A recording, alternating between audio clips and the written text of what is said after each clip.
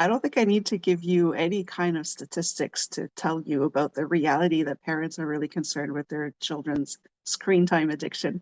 But now we're faced with a new reality where parents are unknowingly modeling the behavior. So this is what we're going to talk about is the parents' role in our children's screen time issues. For those who don't know me, my name is Danielle C. Baker. I am the founder and CVO of Being Connected, but I'm also a registered early childhood education with over 20 years of experience. I work with parents and teachers to navigate the reality of what parenting is today. Don't get it twisted. When you work with me, we put the child's needs first. So we're going to have to put our ego and pride aside, especially today. And let's get to it.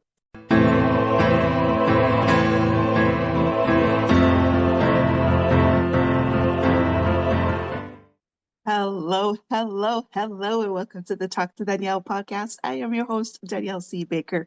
And before we get started, be sure to like, follow, and subscribe to whichever channel you're listening or watching from. And of course, this is season 3, so I do invite you to have a look at the 2 previous seasons. There may be some topics there that may resonate with you, so I do invite you to go have a look. And if you're watching on YouTube, those playlists are separated, so they're easier to find.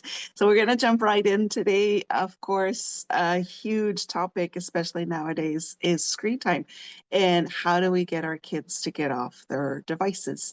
Uh, Unfortunately, the statistics are showing that the first thing we need to do to get our kids off of screen time is to get ourselves off of screen time. So it is more and more alarming to the fact that parents are at the moment the primary screen influencers, if we can call it that. So their statistics are screaming that we need to do something. We have to remember that children imitate us. We model the behaviors. So for our children to be constantly requiring a screen, they're learning that from some. They're getting it from something. They're not born with a screen in their hand. So we need to look at ourselves, and this is going to sting a little bit today. But I'm going to throw some numbers at you just to see, just to show you how bad it's getting. So there are statistics globally on the average screen time for adults. So we're talking about adults here. And globally, so if we just average out everybody from everywhere around the world, the average screen time per day is 6 hours and 40 minutes. That's 6 hours and 40 minutes. That is pretty much a full-time shift that adults are on their phone every day. This is globally. Now I can break it down to you. This statistics, by the way, was from 2024. So of course, these were last year's numbers.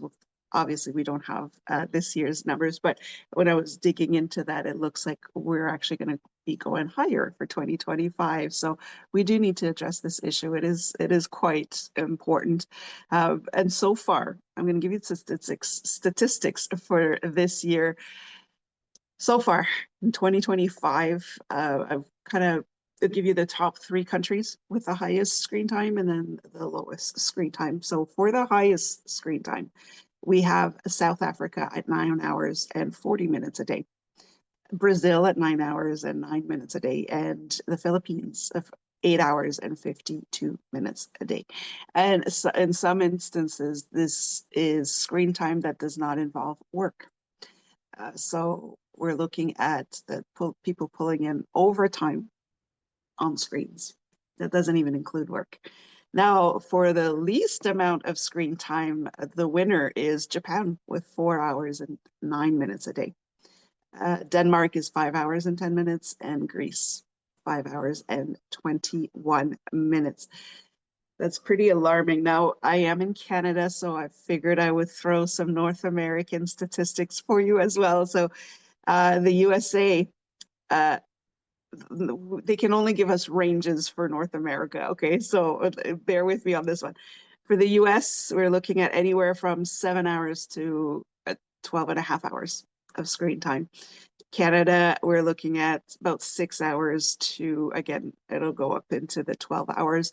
I'll give you the breakdown for that as well. And then Mexico is averaging about 7 hours to 10 hours a day. So it's still pretty high. And in Canada, this is the interesting fact. In Canada, for individuals that are 18 to 34, that is a pretty wide age group range. But from 18 to 34, we have a big winner there, 13 hours a day on their screens. Seniors, this is the quite the impressive numbers. For anyone 65 and over, you're looking at 8.5 hours. Again, I'm giving averages, okay?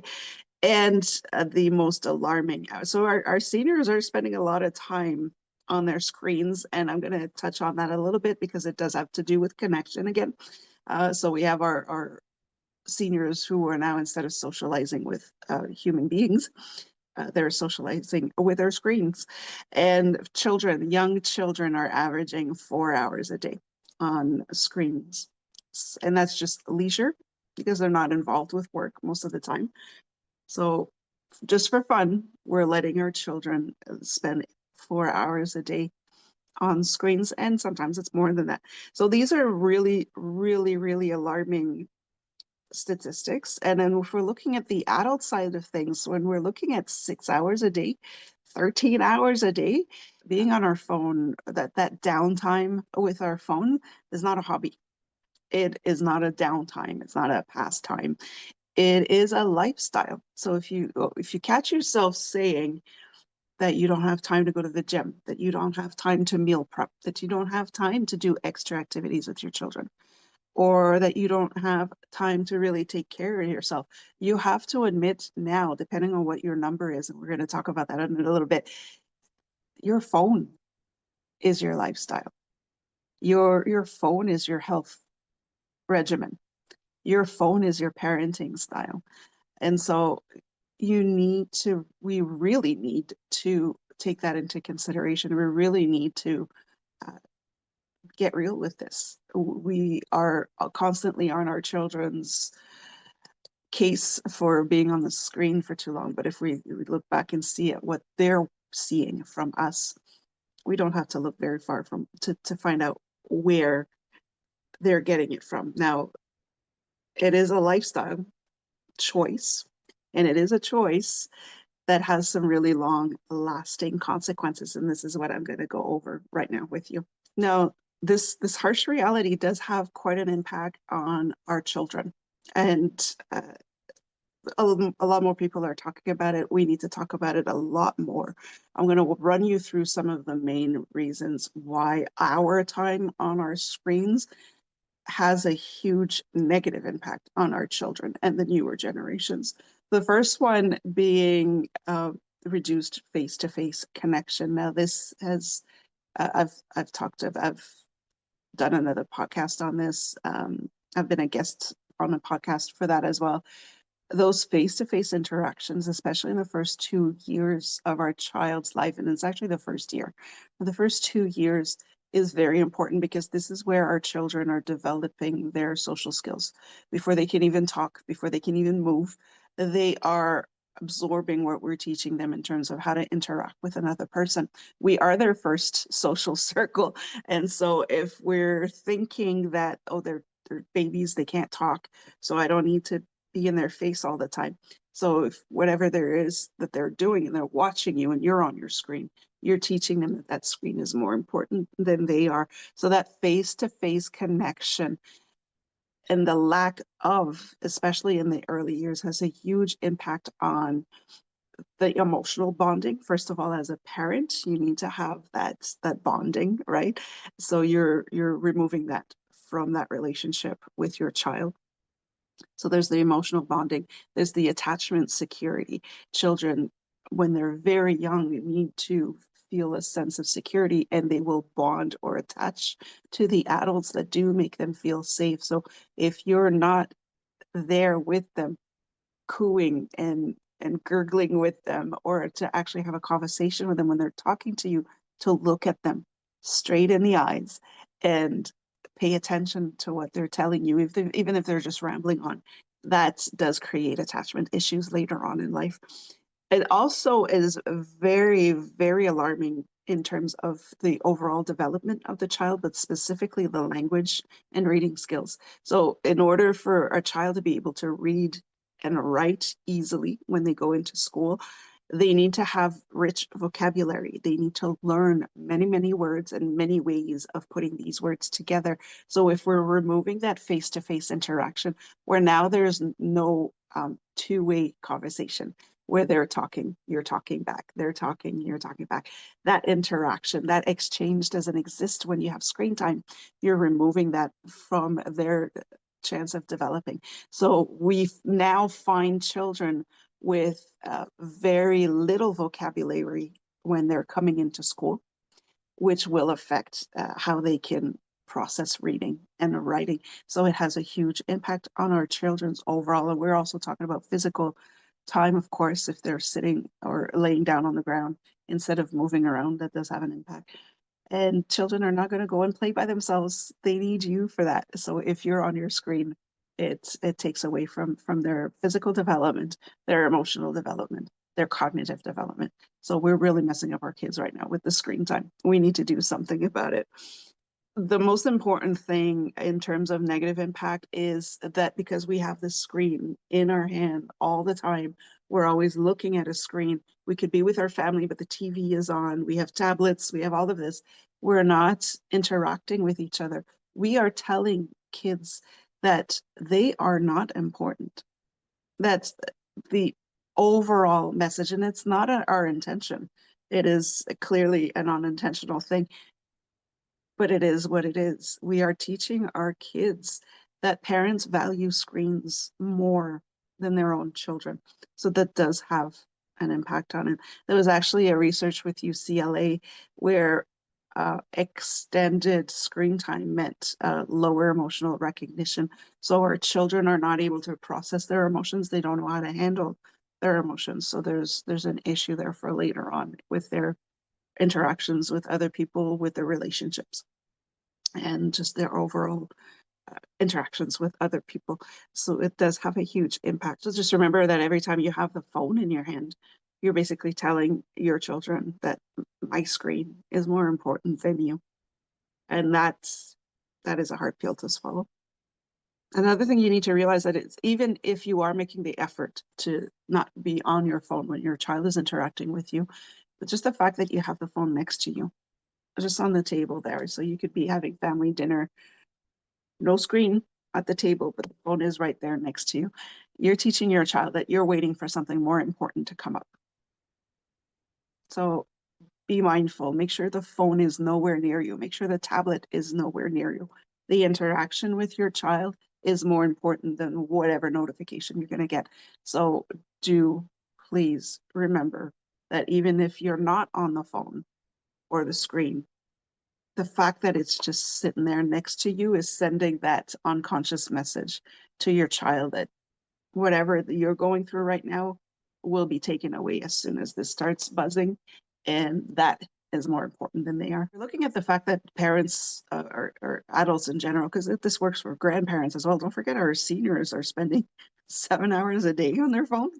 All right, so if grandma and grandpa are watching the kids, they're also neglecting the child. It is called, there is a term for that now called digital neglect. So it's not a form of abuse. It's not actually abusive, but it is emotionally unintentional disconnection. This is the actual term for it. So it's emotionally unintentional disconnection. We are creating this disconnect between human interaction. And so it's not abuse, but it is neglect in terms of parenting. You need to keep that in mind as well. The fact that before we can even solve our children's screen time problem, we need to confront ours. And I'm going to lead you into that right now. What can you do now to reduce your screen time so that your child feels seen, heard, and safe with you? So this is the way that you can reduce your screen time as an adult. There's a few things that you can do so that you are aware of what you're showing your child. And not only for your child, but for yourself as well. If you can reduce that, if you're not pulling in overtime after your full day of work, that's a good thing. Let's look at it that way. You have more time for yourself. You can have a bit more self-care. You could actually have a healthy physical routine where you are actually exercising and keeping your health up. It's good for your mental health as well, because now you're not just constantly bombarded with background noise. So it is very important for you, not just for your child, but you're also modeling for your child how to take care of yourself. Screens are not a good way of taking care of yourself. So the first thing is the very first thing. This was shocking for me, uh, because we kind of are in denial. It is an addiction.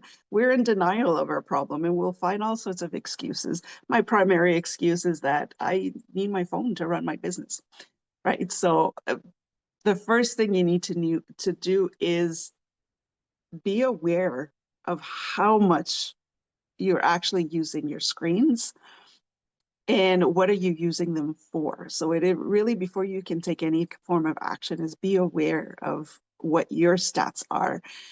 So most smartphones now have a built-in app for that. They can tell you your phone usage.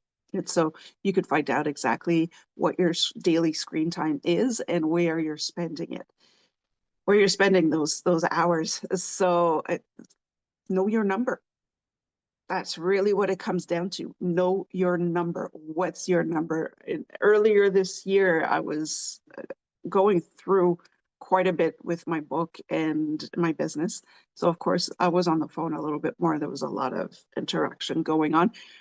I would hit 10 hours, 11 hours a day. And when I found that number, it shook me, because I never thought I'd be that person that would reach that number. Now, I did try to justify, well, I do have emails, I do have, but I'm very active on social media. I am recording on my phone for videos for YouTube and all of that. So I could justify it all, but between those, I was often just flipping over to doom scroll. I was disconnecting from my work by having more screen time. So that was a harsh reality for me to say that was my number, and I needed to absolutely reduce that.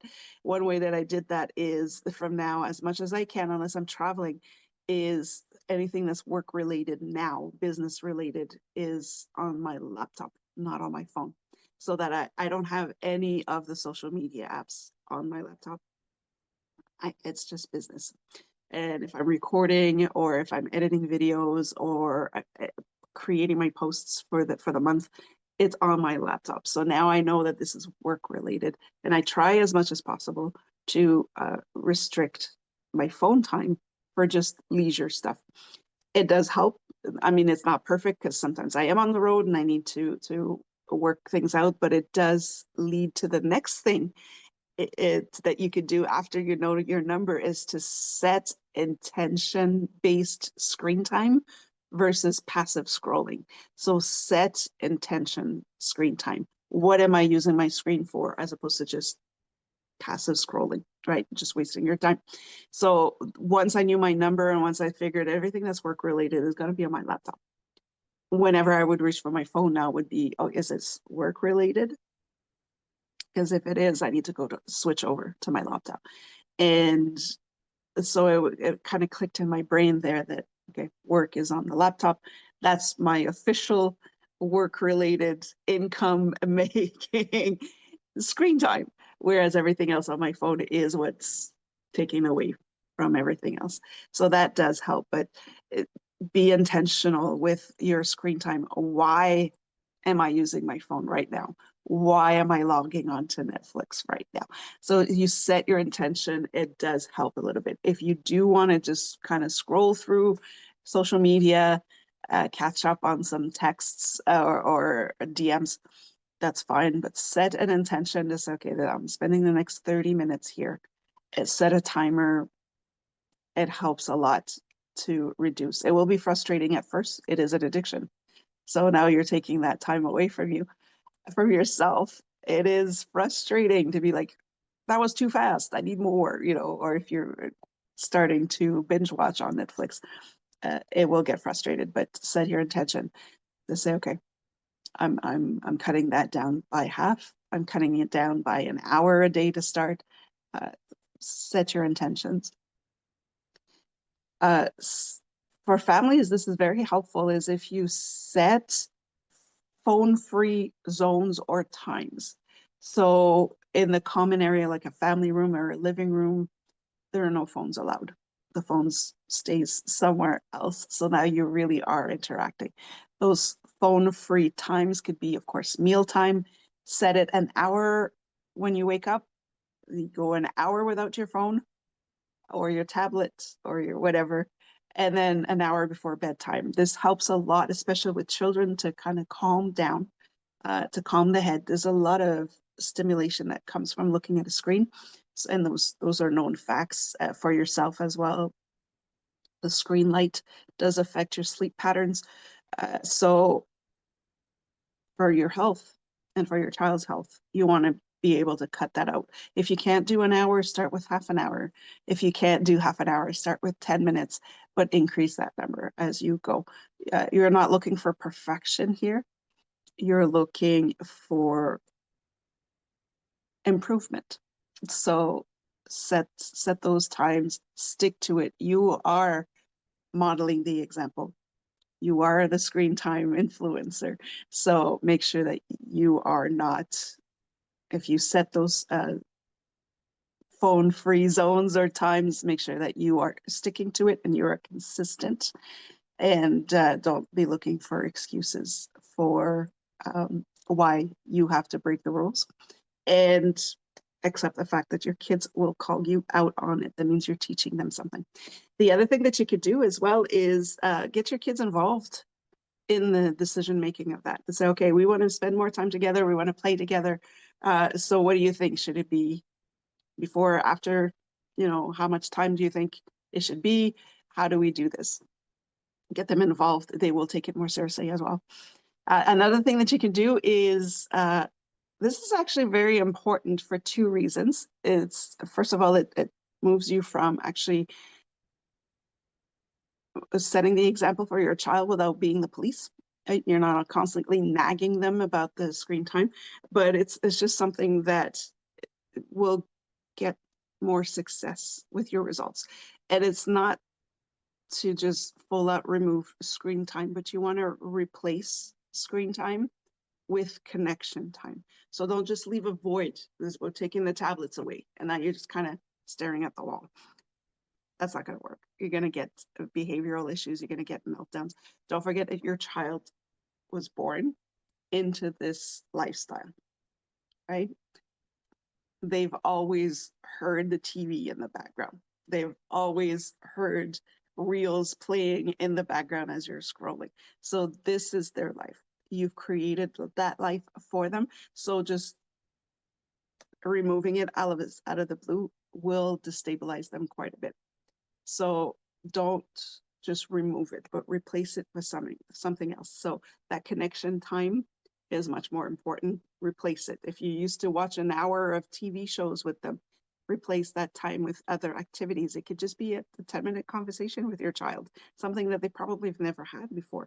Maybe just have that 1 or 2 sentence communication as a kind of routine, but to actually have a convo, you will find that it's quite difficult to keep a conversation going with your child. And you must realize that you've never taught your child how to have a conversation.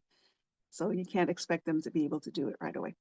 So it will feel awkward, but you're the one who has to lead, right?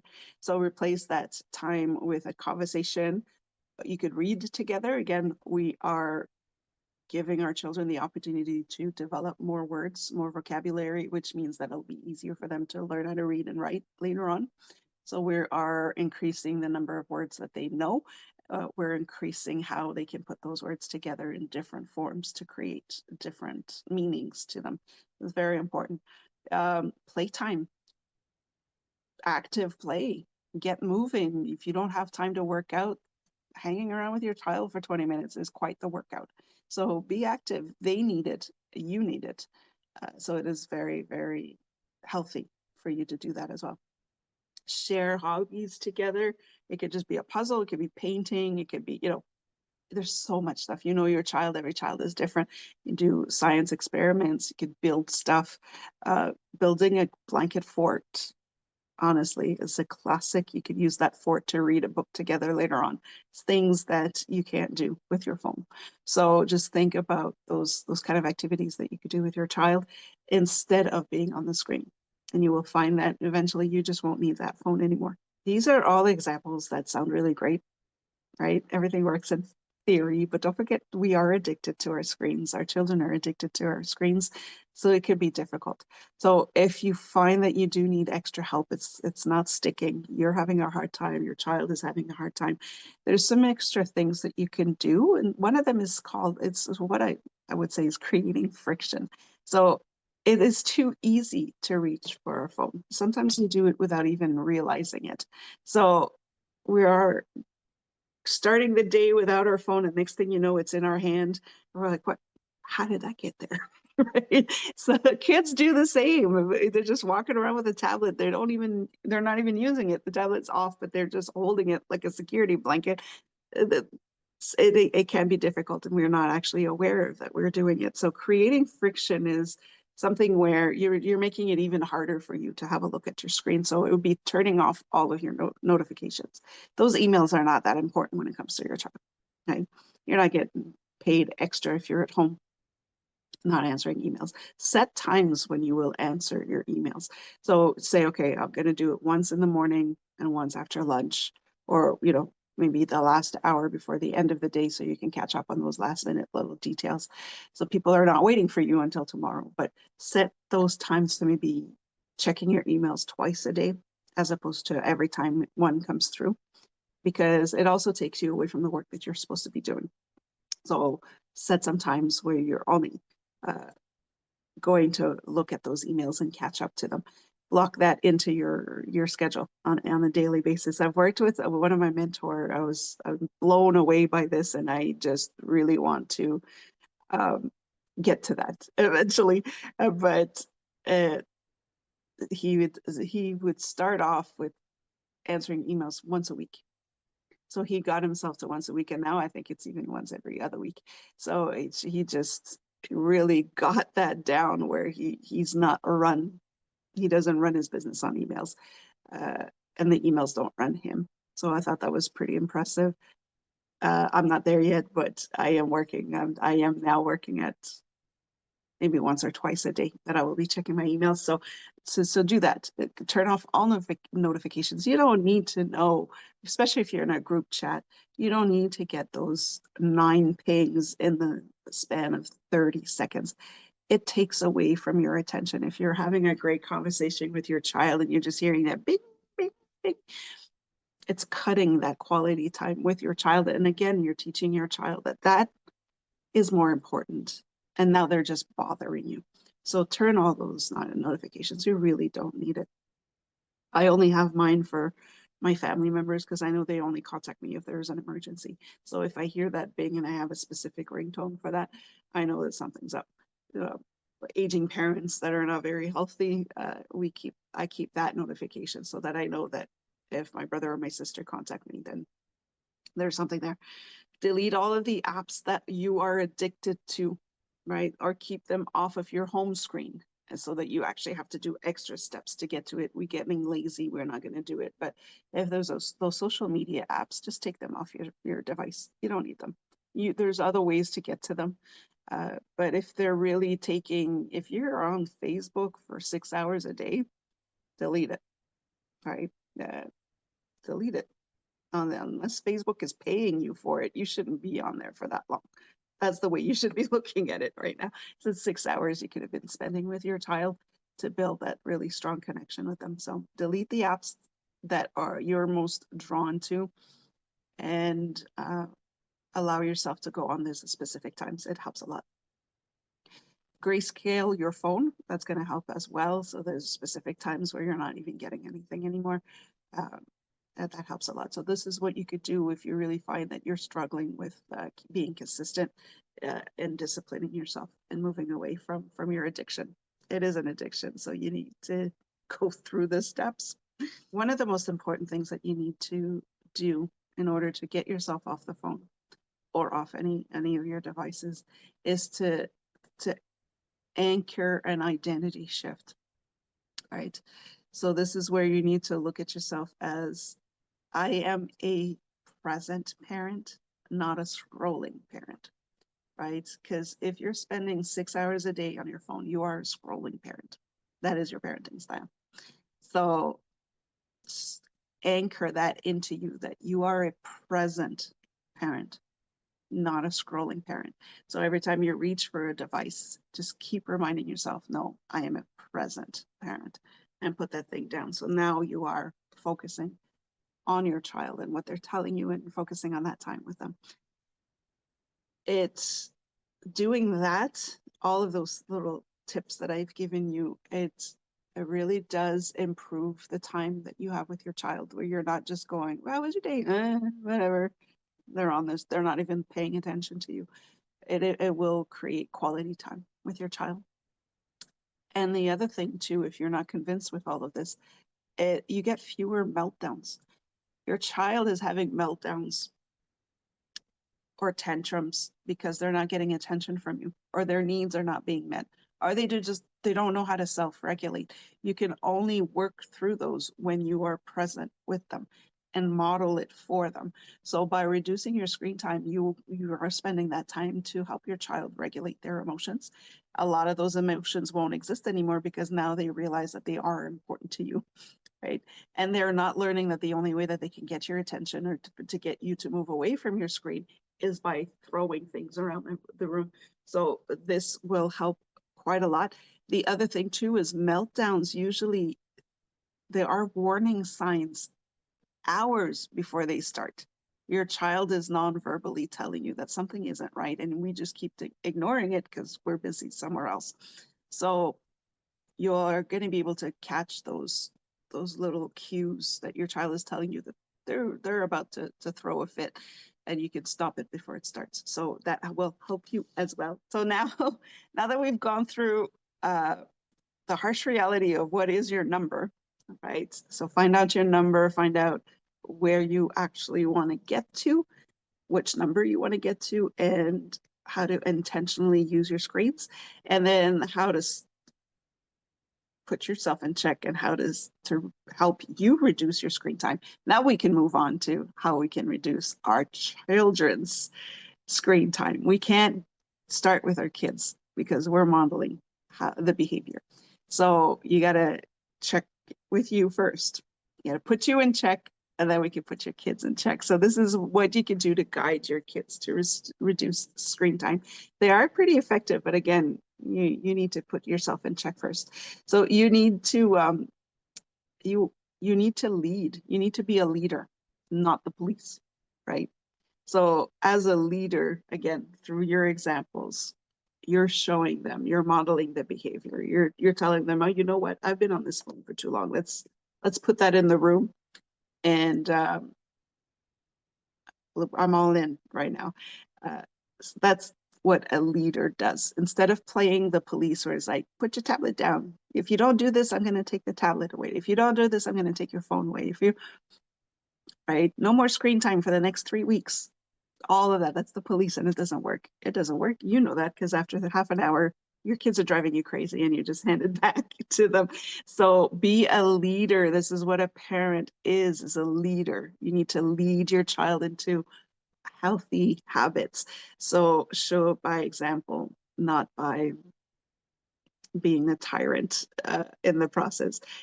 Kids really learn from what they see and not what they are told. You know that very well already. So just lead by example. Another thing that you can do is uh, move away from restricting your child from screen time, like I mentioned earlier, and go with replacing. So don't just create an empty space where screen time used to be, replace it with something else. So again, physical play, get outside, play, have fun, do little push-ups, whatever. Blanket forts, they're my favorite. They're so much fun for you and for the kids. Creative activities, get their creativity, imagination going. You can create stories, create drawings, build with blocks, build cities, build, whatever your child wants to do. will help you a lot. It's create that one-on-one time with them. You were using that time for your screens anyway. So you're not adding time to your day, you're replacing it. You're replacing your screen time to actual quality time with your child. So that's going to help a lot. So don't just restrict, but replace. Fill in that void, because otherwise you're just creating more friction for you. Again, like I mentioned earlier, involve your kids in the screen time decision. So when you're saying, okay, we're going to create phone-free zones in this house, where do you think it should be?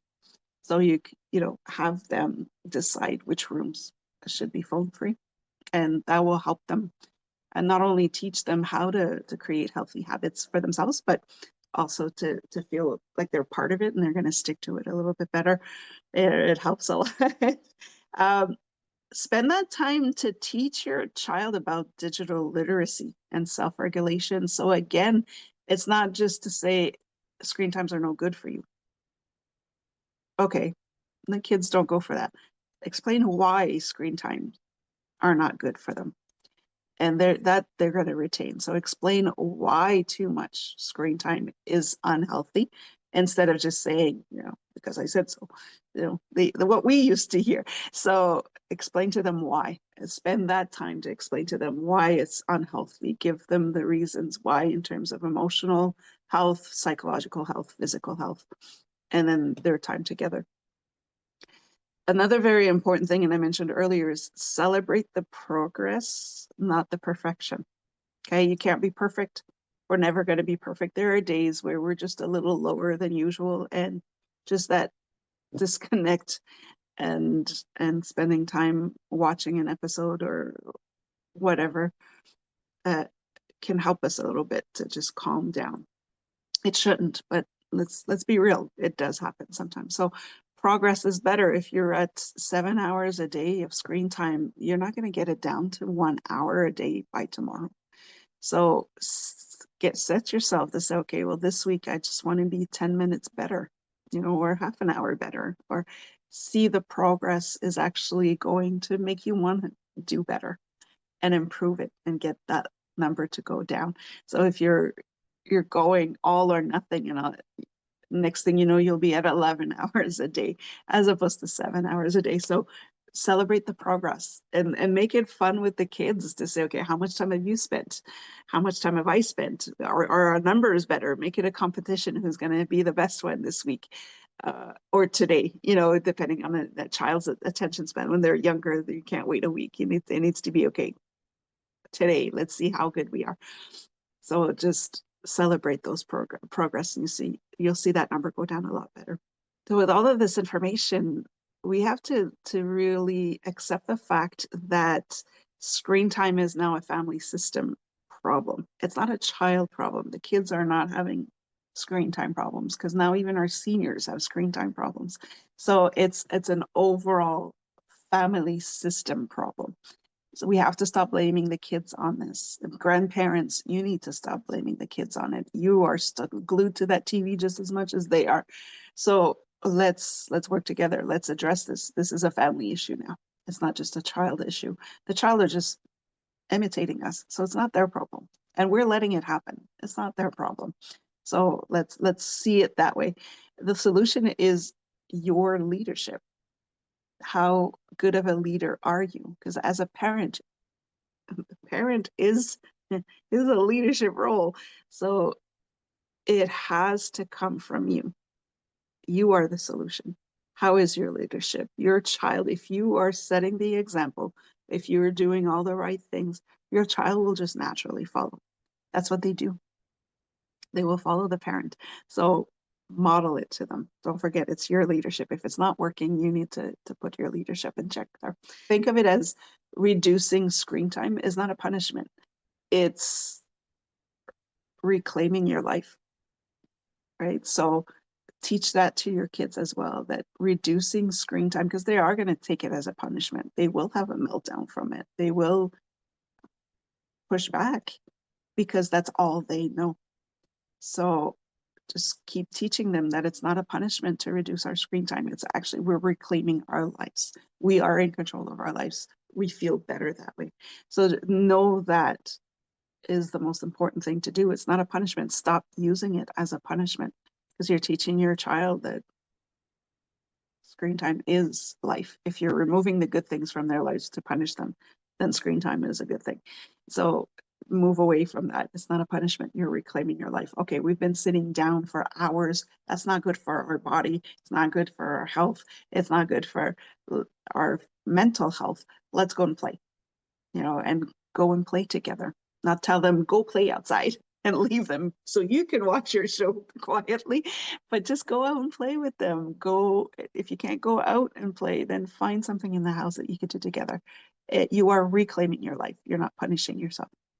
So just know that kids don't need perfect parents. They need present parents. And this is the most important thing ever, is to shift that identity. I am a present parent, which means that that device is nowhere near me when I'm with my children.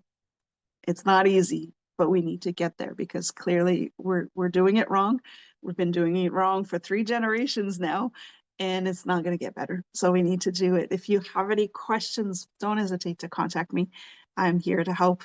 And until next time, stay safe, stay awesome, and we'll talk soon.